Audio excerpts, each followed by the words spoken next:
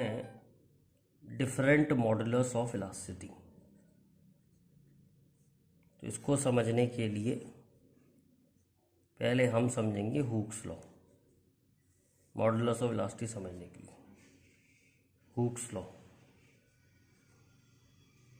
Law क्या कहता है? विद इन इलास्टिक लिमिट, यानी जब तक मटेरियल इलास्टिक है, with in elastic limit stress is directly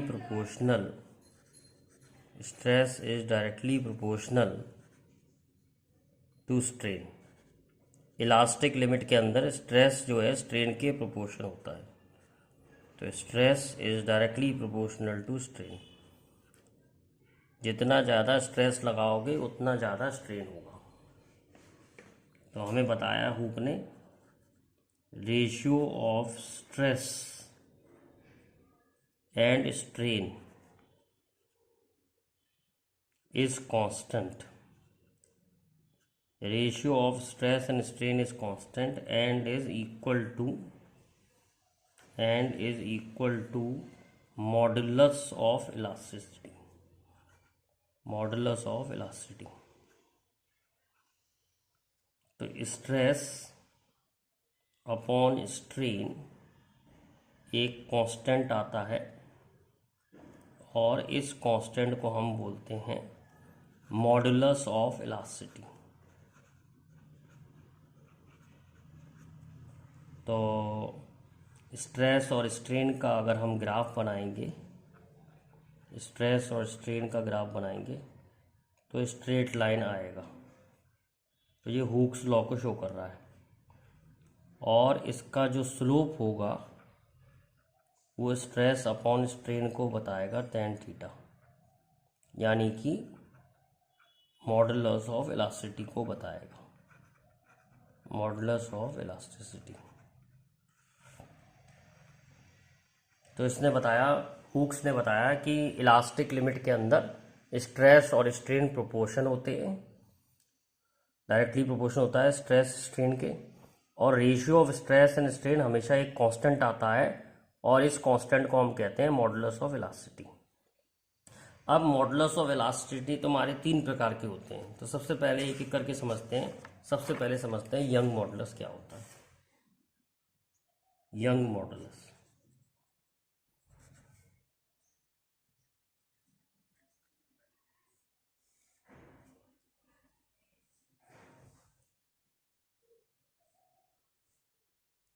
young modulus, ratio of longitudinal stress, ratio of longitudinal stress to longitudinal strain, longitudinal strain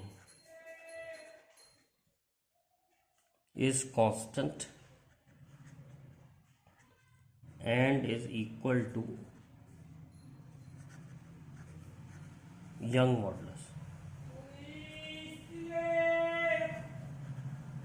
ratio of longitudinal stress to longitudinal strain एक constant होता है और इसको हम कहते हैं young modulus. तो young modulus का फार्मूला हो गया लॉन्गिट्यूडनल स्ट्रेस, लॉन्गिट्यूडनल मतलब जो लेंथ बढ़े या घटे, longitudinal stress upon longitudinal strain, longitudinal strain. अब यंग मॉडुलस किस पे डिपेंड करता है? y depends upon material of wire, material of wire as well as temperature of wire, as well as temperature. तो अलग अलग मटीरियल का यंग मॉडुलस अलग अलग हुआ। फार्मूले से ऐसा लगता है कि फोर्स, एरिया, लेंथ पे डिपेंड करता है, पर करता नहीं है। यंग मॉडुलस केवल मटेरियल और टेम्परेचर पर डिपेंड करता है। On increasing temperature Y decreases, on increasing temperature, on increasing temperature Y decreases.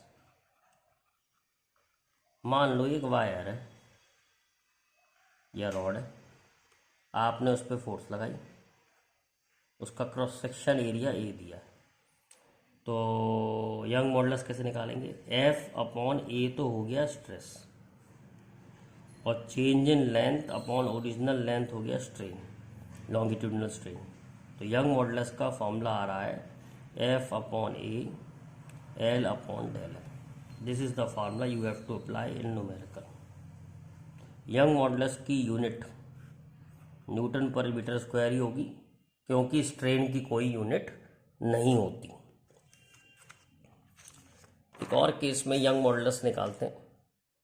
मान लो कोई वायर है और उससे आपने कोई वेट लटका दिया, तो इसका वेट mg नीचे काम करेगा, टेंशन ऊपर काम करेगी, तो फोर्स हो जाएगी वेट के बराबर। तो इस केस में हम यंग मॉडुलस कैसे लिखेंगे? फोर्स की जगह mg upon L upon del L. ध्यान रखें, यंग मॉडुलस मटेरियल पर डिपेंड करता है, force, mass, length, area, length इन पर डिपेंड नहीं करता है। It depends upon material of wire. तो एक क्वेश्चन करते हैं, उसको देखते हैं हम क्वेश्चन को। Question, if diameter of rod is 4 mm and young modulus is 9 into 10 की power 10 newton per metre square, the force required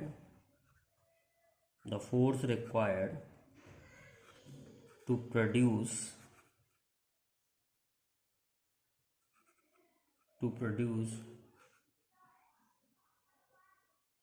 strain of force required to increase 0.1% length of rod। तो हमें 0.1% लेंथ बढ़ानी है, तो delta L upon L into 100 की value 0.1 आ गई। तो सीधा सीधा डेल्टा एल अपॉन एल की वैल्यू आ गई 0.1 अपॉन 100। अब यंग मॉडुलस का फॉर्मूला लगा दी। यंग मॉडुलस का फॉर्मूला होता है F upon A L upon del L. तो डेल्टा एल अपॉन एल की वैल्यू हम जानते हैं, यंग मॉडुलस की वैल्यू जानते हैं। तो यंग मॉडुलस आ गया 9 इंटू 10 की पावर 9। एफ हमें निकालना है। रेडियस हो जाएगा 2 mm, तो एरिया हो जाएगा पाई इंटू 2/1000 का स्क्वायर। mm को बेटा मैंने मीटर में कर लिया है, तो एरिया हो जाएगा पाई इंटू 2/1000 का स्क्वायर, और l अपॉन डेल एल की वैल्यू आ गई 100 अपॉन 0.1। इसको सॉल्व करेंगे तो f की वैल्यू हम यहाँ निकाल सकते हैं।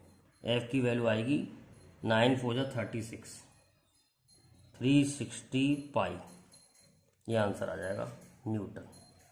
तो इस तरीके से हम सॉल्व करके फोर्स निकाल सकते हैं। तो ऐसे बहुत क्वेश्चंस हैं यंग मॉडुलस के ऊपर, वो हमें कर सकते हैं। एक क्वेश्चन और देखते हैं। In order to produce a strain, a longitudinal strain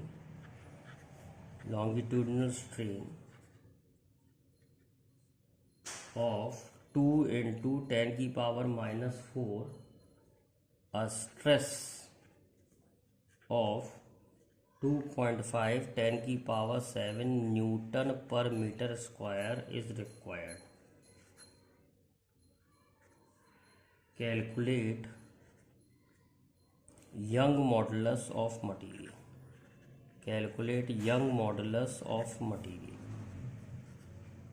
young modulus निकालना है। यंग मॉडुलस का सिंपल सा फॉर्मूला होता है longitudinal stress upon longitudinal strain, या स्ट्रेस अपॉन स्ट्रेन सिंपल भाषा में। तो यंग मॉडुलस हो जाएगा स्ट्रेस रिक्वायर्ड 2.5 इंटू 10 की पावर 7, और स्ट्रेन चाहिए 2 इंटू 10 की पावर -4। डिवाइड करेंगे 1.25 इंटू 10 की power 11 Newton per metre square.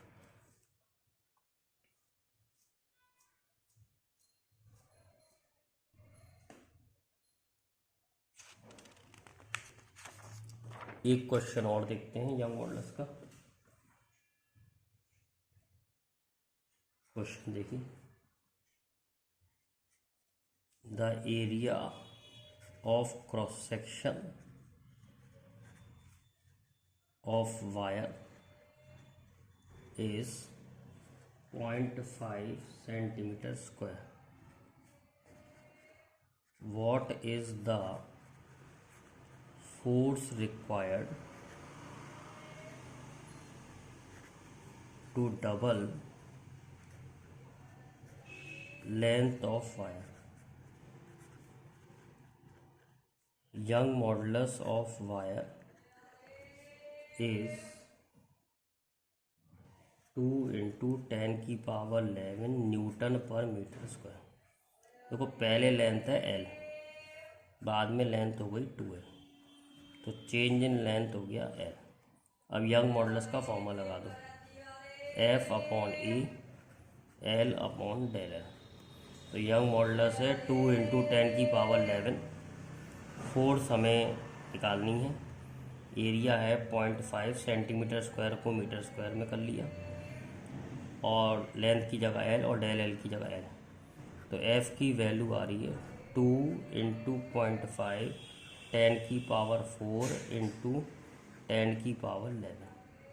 तो ये सॉल्व करके आ जाएगा, फोर्स हो जाएगी 2 इंटू 0.5 1 हो जाएगा, और ये कैंसिल होके 10 की पावर 7 न्यूटन हो जाएगा. तो इस तरीके से हम यंग मॉडुलस के क्वेश्चन कर सकते हैं. क्वेश्चन और देखते हैं. Young modulus of 3 materials. Young modulus of 3 materials are in the ratio of 2:2:1. 3 wires of equal length. 3 wires of equal length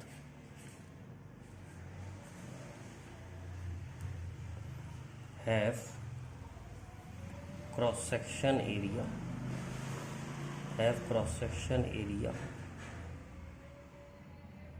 in ratio of 1:2:3. For given force find ratio of elongation.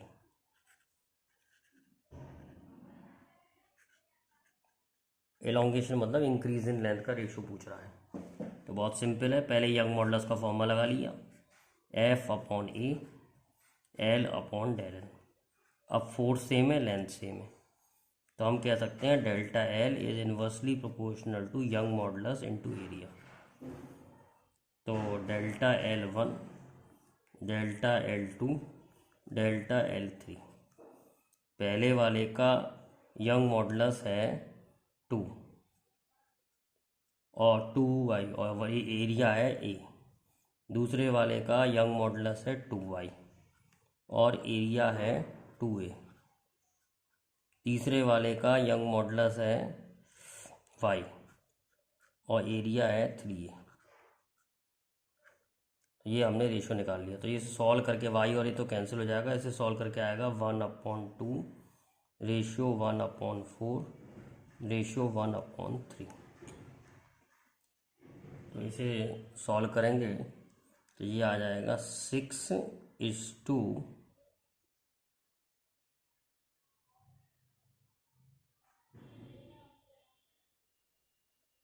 यही answer लिख लो, 1/2 ratio 1/4:1/2.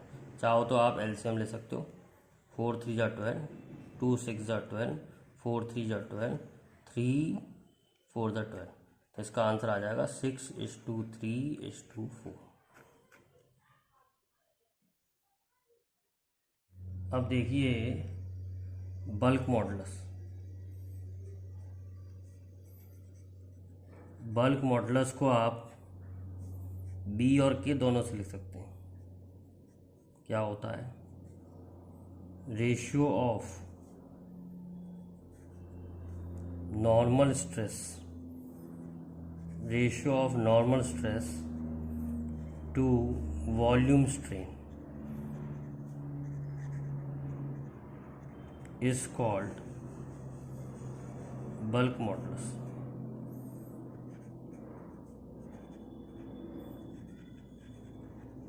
तो bulk modulus होता है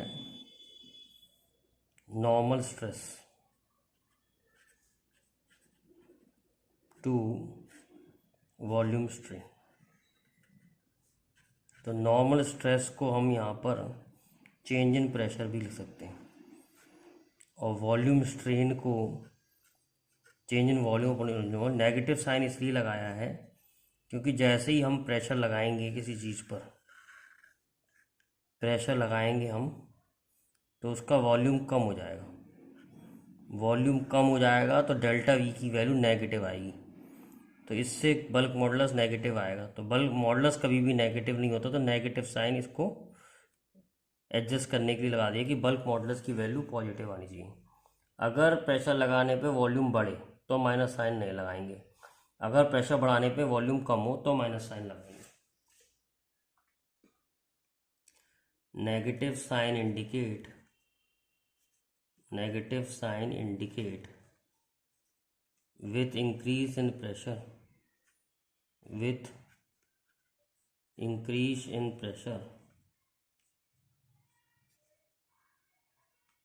volume decreases।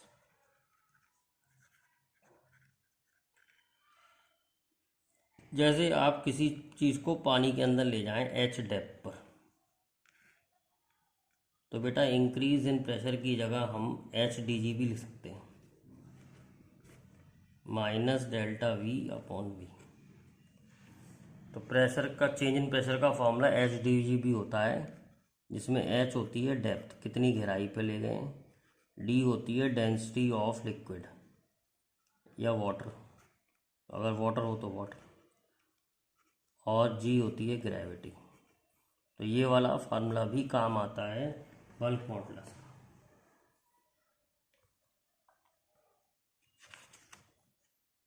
तो एक छोटा सा question करते हैं बल्क मॉडुलस पे। When a pressure of 100 atmosphere is applied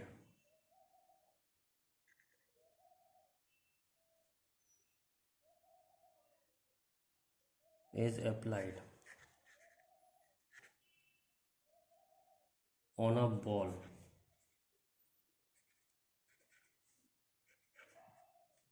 its volume reduces by 0.01%. Find bulk modulus of material। तो बेटा delta V upon V into 100 की वैल्यू दे रखी है 0.01। अब वॉल्यूम तो कम हो ही रहा है, तो बल्क मॉडुलस का फॉर्मूला होता है change in pressure upon volume strain. तो चेंज इन प्रेशर दे रखा है 100 एटमोसफियर। एटमोसफियर को हम मान सकते हैं, वैसे तो 1 एटमोसफियर होता है 1.01 10 की power 5 newton per metre square. We can approximated as 10 की power 5 newton per metre square. इसको अप्रॉक्सीमेट कर लेते हैं 10 की पावर 5, और ये हो जाएगा 0.01 डिवाइड बाई 100। सॉल्व करेंगे तो 100 इंटू 10 की पावर 5 इंटू 10 की पावर 4 हो जाएगा। तो सॉल्व करेंगे तो 10 की power 11 Newton per metre square. ये आ गया bulk modulus.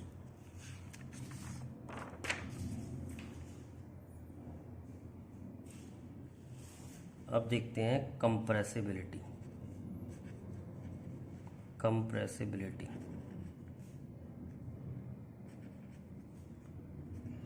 Reciprocal of bulk modulus is called compressibility. Compressibility मतलब कितना कंप्रेसिबल है। तो reciprocal of bulk modulus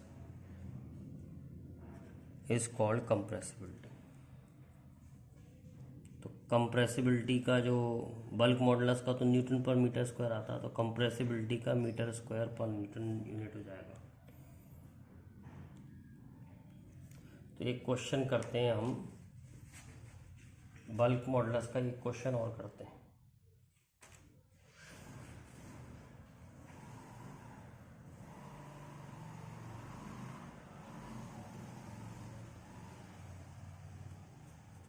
The depth of ocean is about 300,000 meter. Calculate percentage change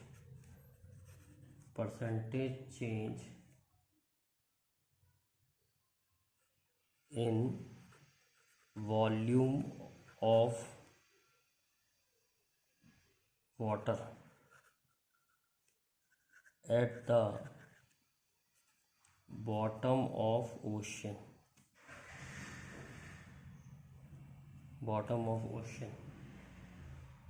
bulk modulus की value दे रखी है 2.2 10⁹ pascal और ग्रेविटी दे रखी है 10 मीटर पर सेकंड स्क्वायर। तो हमको फॉर्मूला मालूम है, बल्क मॉडुलस होता है HDG upon delta V by V. हमको delta V by V into 100 चाहिए, तो डेल्टा V बाई वी हो गया HDG अपॉन K। तो H दे रखा है, डेप्थ दे रखी है 3000, डेंसिटी वाटर की होती है 1000, ग्रेविटी दे रखी है 10, बल्क मॉडुलस दे रखा है 2.2 इंटू 10⁹ तो ये आ गया डेल्टा V बाई वी। हमें निकालना है परसेंटेज चेंज, तो परसेंटेज चेंज होगा delta V by V into 100। तो इसको हमें इंटू 100 ड्रॉ करना पड़ेगा। इसको कर लो, 1 2 3 4 5 6 7, 3 इंटू 10⁷ अपॉन 2.2 इंटू 10⁹ इंटू 100। तो 10⁹ कैंसिल हो जाएगा, सॉल्व करके आ जाएगा 1.36%। इस तरीके से हम बल्क मॉडुलस का क्वेश्चन एक कर सकते हैं।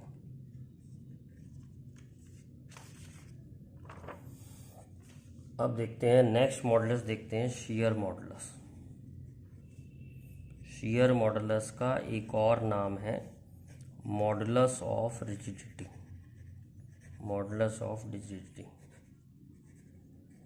क्या होता है? रेशियो ऑफ shearing stress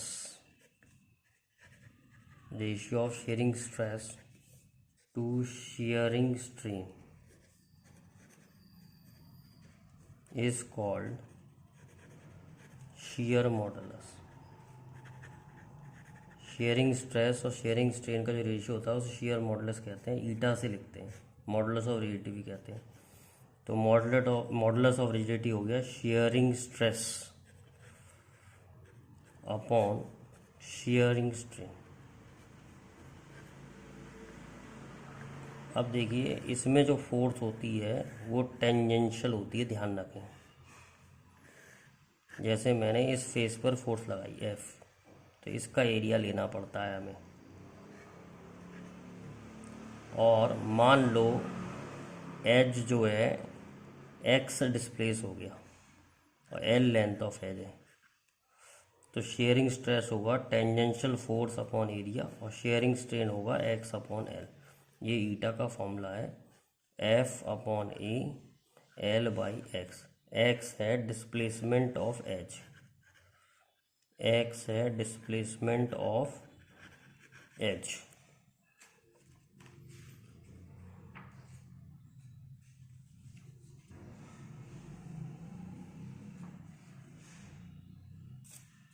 अब हम एक क्वेश्चन देखते हैं शेयरिंग स्ट्रेस और शेयरिंग स्ट्रेन पे।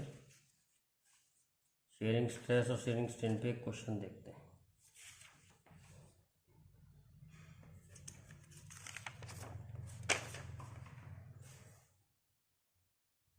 क्वेश्चन देखिए, the edge of a cube is 10 centimeter long.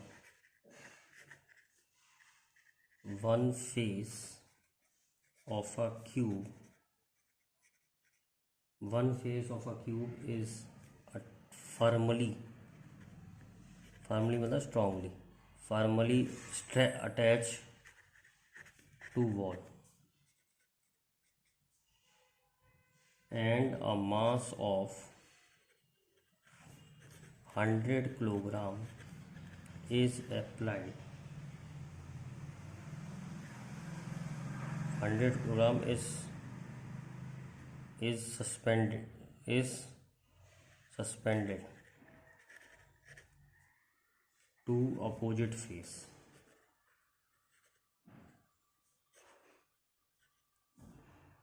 The shear modulus is 25 gigapascal. Find vertical deflection of this face. तो पहले तो न्यूमेरिकल को समझते हैं। एक वॉल है, वॉल पर एक क्यूब को फिक्स कर दिया है जिसकी साइड 10 सेंटीमीटर है। अब यहाँ पर एक मास को लटका दिया गया है जिसका वजन जो है 100 किलो है। तो वेट फोर्स हो गई 100 जी। अब ये इसका एज डिस्प्लेस हो गया, अपने को ये एक्स निकालना है। तो पहले फार्मूला लगा लो शीयर मॉडुलस का, F/E L/x। शीयर मॉडुलस दे रखा 25 गीगापास्कल, गीगा होता है 10 की पावर 9, फोर्स है 100 जी, लेंथ ऑफ एज है 10 सेंटीमीटर और एरिया है 10 सेंटीमीटर यानी कि साइड है 0.1 मीटर। तो 0.1 का स्क्वायर अपॉन एक्स।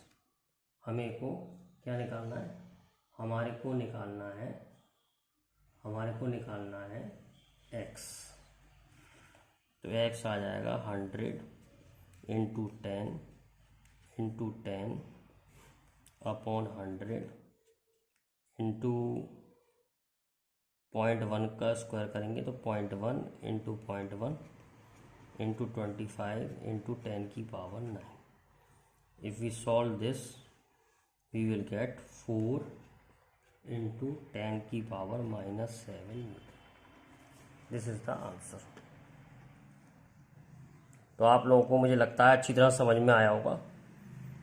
मैंने आज आपको पढ़ाया है young modulus, bulk modulus, shear modulus और मैंने आपको ये पढ़ाया है कि कंप्रेसिबिलिटी क्या होता है।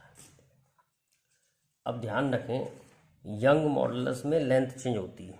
चलो एक बात और बताया था आपको, यंग मॉडुलस में लेंथ चेंज होती है। तो young modulus is valid for solids. Shear modulus में शेप चेंज होती है। तो shear modulus is valid for solid. पर जो बल्क मॉडुलस होता है उसमें वॉल्यूम चेंज होता है, तो वॉल्यूम तीनों का चेंज होता है। तो हम कह सकते हैं bulk modulus is valid for solid, liquid and gas. तो बल्क मॉडुलस जो है सबके लिए वैलिड है, सॉलिड, लिक्विड और गैस के लिए। और जो शीयर मॉडुलस है वो केवल सॉलिड के लिए, यंग मॉडुलस केवल सॉलिड के लिए।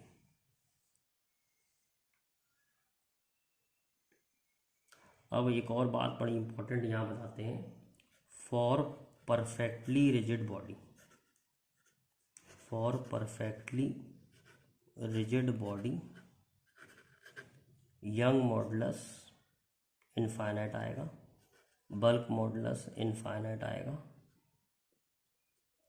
और शियर मॉडुलस भी इनफाइनाइट आएगा, क्योंकि रिजिड बॉडी में कुछ चेंज नहीं होता है। तो चेंज जब जीरो हो जाएगा, चेंज इन लेंथ जीरो हो गया, चेंज इन वॉल्यूम जीरो हो गया और डिस्प्लेसमेंट होगा नहीं एच का, तो एक्स भी जीरो हो गया। तो इन सबको अगर मैं वैल्यू जीरो रखूँ तो रख के दिखा देता हूँ। एफ वाई बराबर है F upon A L upon del L. अब मैं डेल एल की वैल्यू जीरो रखूँगा तो यंग मॉडुलस क्या निकलेगा, इन्फिनिटी। इसी तरीके से यंग मॉडुलस, बल्क मॉडुलस और shear modulus perfectly rigid body के लिए इन्फिनिटी निकलते हैं।